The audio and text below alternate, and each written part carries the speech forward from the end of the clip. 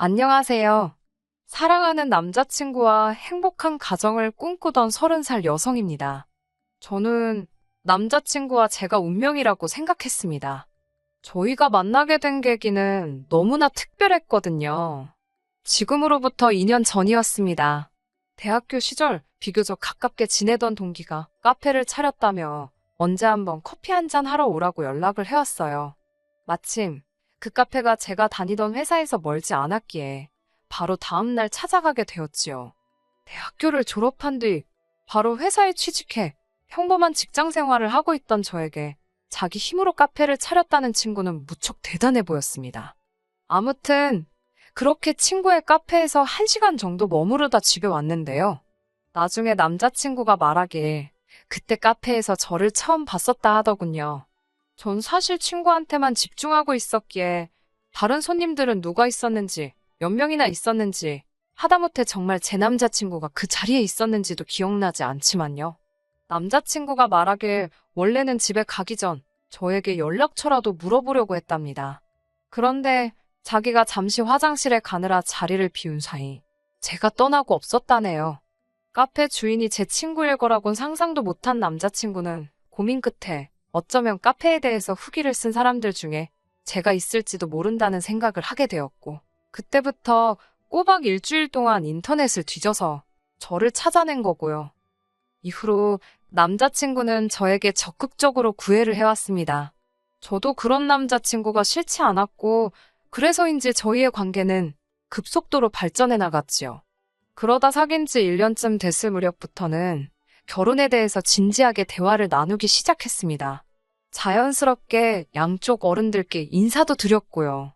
비록 상견례는 하지 않은 상황이었지만 남자친구 부모님도 저를 좋아하셨고 저희 부모님도 남자친구에 대해 호감을 가지고 계셨기에 상견례 자체는 솔직히 걱정을 하지 않았어요. 저도 남자친구도 이 결혼은 당연하다는 자신감이 있었달까요? 그래서 결혼한다는 전제하에 하나씩 준비를 해나가기 시작했지요. 하지만 장밋빛 미래를 꿈꾸며 행복을 그려나가던 결혼 준비도 잠시뿐이었고 저는 결국 파혼을 선택할 수밖에 없었습니다. 일단 제가 파혼하게 된 이유를 말씀드리기 위해서는 속물 같지만 정확히 저와 남자친구가 어떤 상황에 있었는지 조건은 어땠는지와 같은 것들을 이야기해야겠네요. 성격이나 외모야 정답이랄 게 없고 객관적이지도 못하니 말하지 않겠습니다. 소위 자식들 시집장가 보낼 때 부모님들께서 중요시하는 조건들만 놓고 이야기해 볼게요. 일단 저나 남자친구 둘 다 비슷한 수준의 대학을 졸업했습니다. 졸업 직후 저는 바로 외국계 광고회사에 취업을 했고요. 반면에 남자친구는 2년간의 수험생활 끝에 7급 공무원이 되었다고 들었습니다. 이렇게 표현하면 좀 그렇지만 남자친구의 직장은 소위 철밥통이지요. 남자친구 표현을 빌리자면 진짜 큰 사고를 치지 않는 한 먹고 사는 걱정은 안 해도 된다며 그래서인지 항상 자기 직업에 대해 자신만만했고 자부심이 넘쳤습니다. 월급이 적은 것에 대한 불만은 전혀 없는 사람이었고요. 자기 말로는 얻는 게 있으면 잃는 것도 있는 게 당연하다나요? 남자친구에 비하면 제 직장은 안정적이진 않습니다. 정확히 말씀드리자면 직장이 아니라 업계라고 해야겠네요. 이 업계가 워낙에 유행에 민감하고 또 업무량이 많다 보니까 자의반 타의반으로 떨어져 나가는 사람들이 많거든요.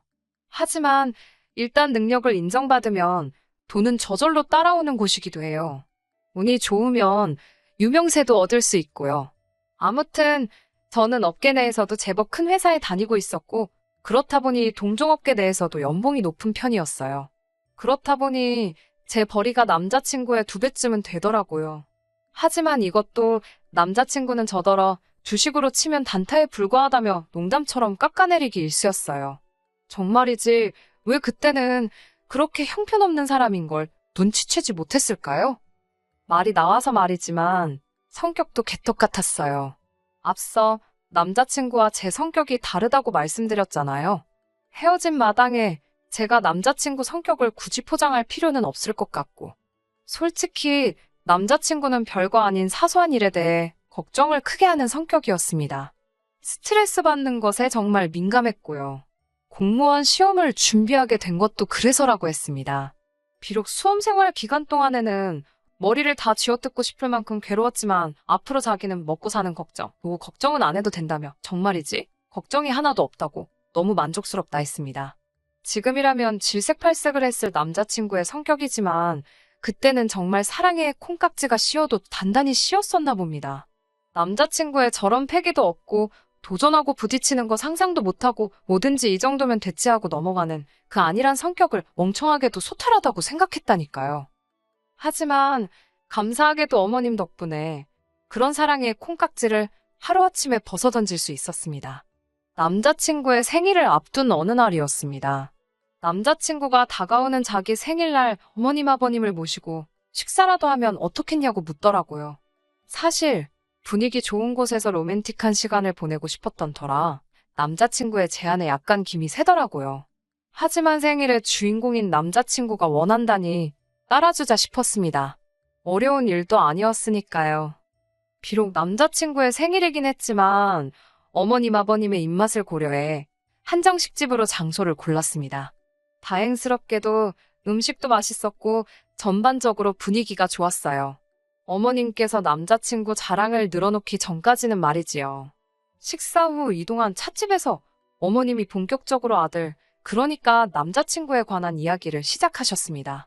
당신 아들이 태어나서부터 인물 좋다는 소리를 어찌나 들었는지, 학창 시절에는 얼마나 순했는지, 이제는 7급 공무원까지 되지 않았냐며 저더러 너는 참 복도 많답니다.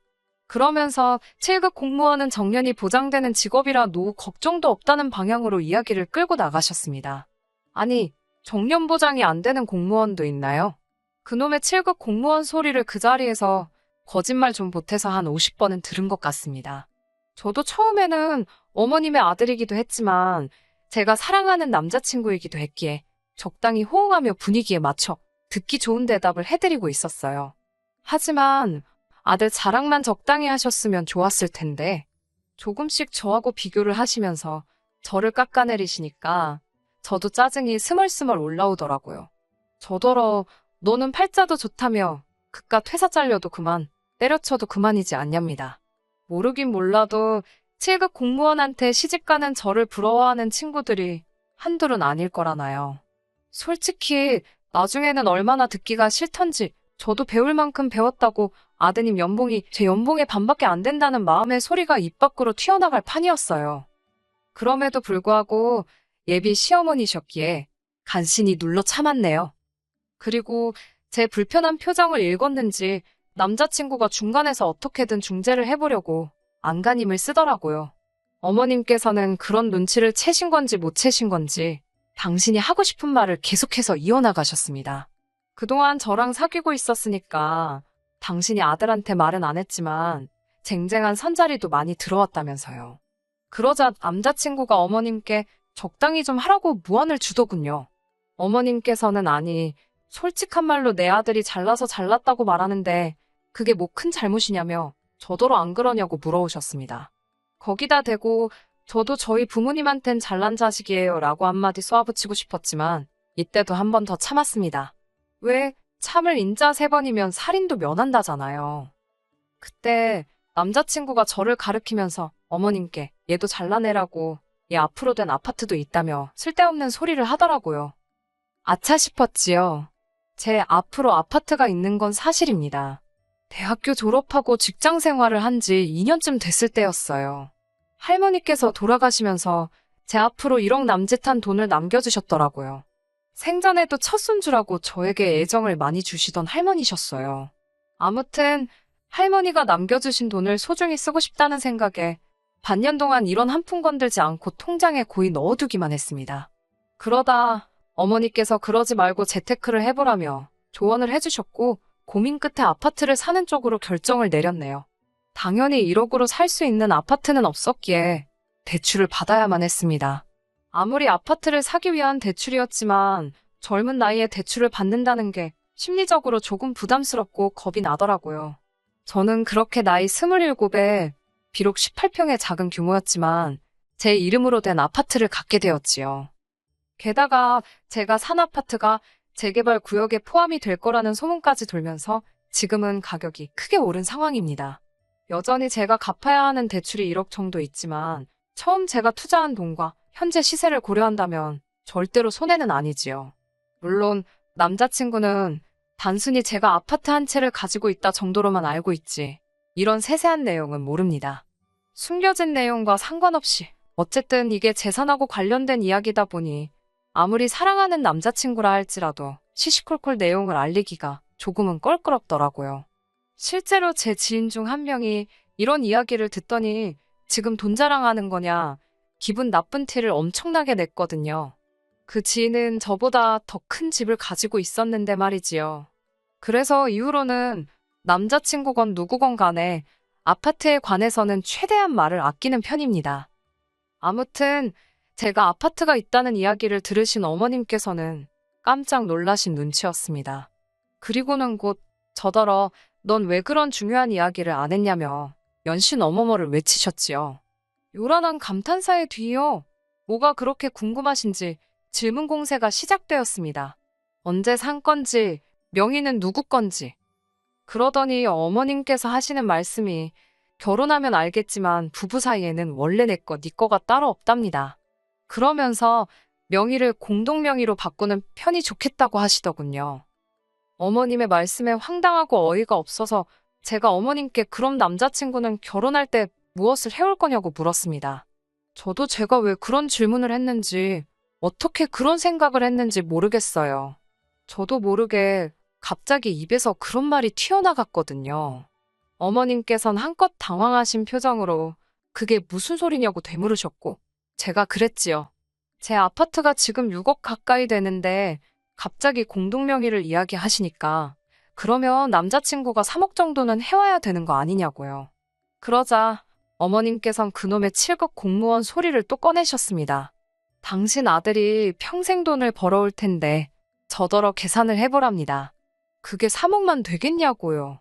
아니, 이게 지금 수학의 문제가 아니잖아요. 그리고 설령 수학 문제라고 해도 틀린 답 아닙니까? 남자친구가 돈 벌어오는 동안 누가 저는 논다고 하던가요? 남자친구가 2달을 벌어와야 제가 한 달을 버는 것과 비슷합니다. 그런데 무슨 7급 공무원이고 나발이고. 그래도 어른하고 대화를 하는데 제 생각대로 너무 솔직하게 말하면 안 되겠다 싶더라고요. 저는 최대한 정중한 자세로 예의를 갖춰서 어머님께 말씀드렸습니다. 저는 앞으로도 제 능력이 닿는 한 계속해서 일을 할 거라고요. 그러니까 행여나 아드님이 앞으로 평생 얼마를 벌어올 건데 제가 마치 그 돈에 빌붙으려고 한다는 식으로 말씀하지 마시라 했지요. 그리고 그게 그렇게 걱정이시면 반반 결혼식을 올리고 생활도 반반씩 부담한다고 약속드리겠다 했습니다. 그러자 어머님께선 대뜸 저더러 너 아주 계산이 보통이 아니라며 다시 보인다고 그러시대요. 저는 정말이지 마지막 참을 인자를 그린다는 마음으로 알겠다고 어차피 제 아파트도 대출이 끼어 있으니까 그 대출만 한 번에 다 갚아달라고 말씀드렸습니다.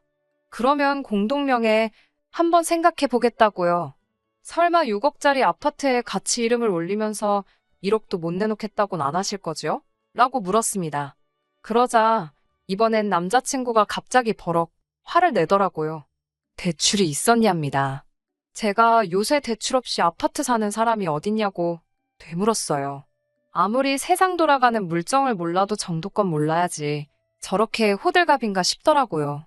그런데 남자친구는 한껏 어이없는 표정을 지으며 이제까지 자기한테 대출의 디귿자도 꺼낸 적이 없지 않냐면서 결혼하면 자기가 벌어온 돈으로 대출 갚을 생각이었냐입니다. 아니, 이 모자는 자기들이 무슨 소리를 하는 건지 생각이란 걸 하고 있는 건가?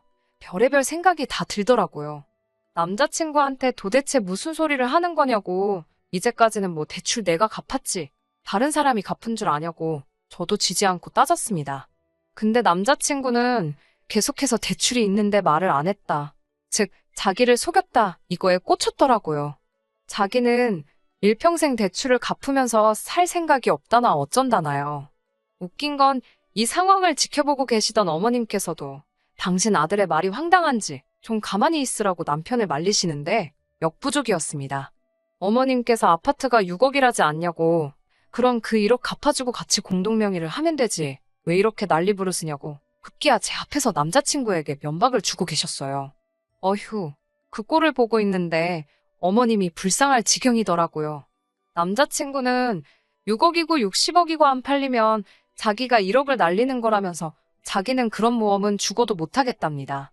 아니, 아파트가 왜 안 팔리냐고 어머님께서 아무리 설명을 해줘도 남자친구는 그래도 세상에 100%는 없다면서 자기는 그런 위험한 짓은 안 한답니다. 그러면서 저더러 대출은 알아서 갚으래요. 공동명의도 필요 없다면서 그냥 결혼하잡니다.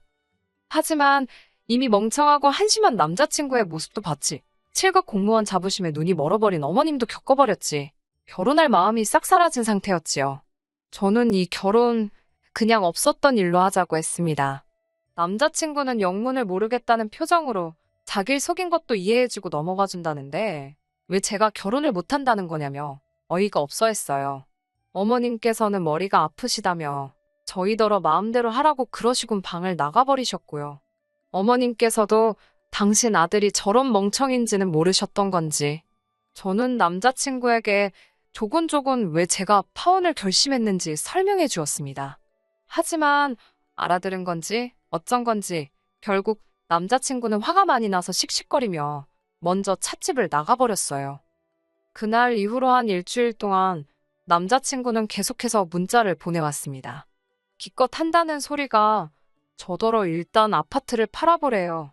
아파트가 정말 팔려서 6억을 받을 수 있는지 자기 눈으로 확인만 한번 하게 해달랍니다. 그러면 자기가 1억이고 2억이고 부모님께 받아오겠다고요.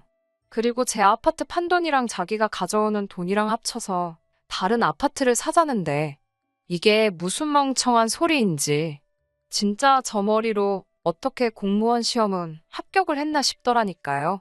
결국 살면서 단 한 번도 해본 적 없는 온갖 무지막지한 욕을 남자친구에게 퍼붓고 나서야 이 지긋지긋한 관계의 종지부를 찍을 수 있었네요. 솔직히 파혼을 해서 속상한 것보다 이런 인간인 줄도 모르고 1년이란 시간을 낭비한 게 지금도 너무 속상합니다. 그래도 결혼 안 하고 큰 인생 공부했다 생각하려고 노력 중이에요. 진짜 별의별 사람이 다 있다 싶네요. 지금도 그 멍청이 어디 가서 7급 공무원이네 어쩌네 하고 어깨 펴고 거들먹거리며 다니고 있겠죠? 어휴, 다들 조심하세요. 보이는 게 전부가 아니랍니다. 끝까지 들어주셔서 감사합니다. 오늘의 사연은 여기까지입니다.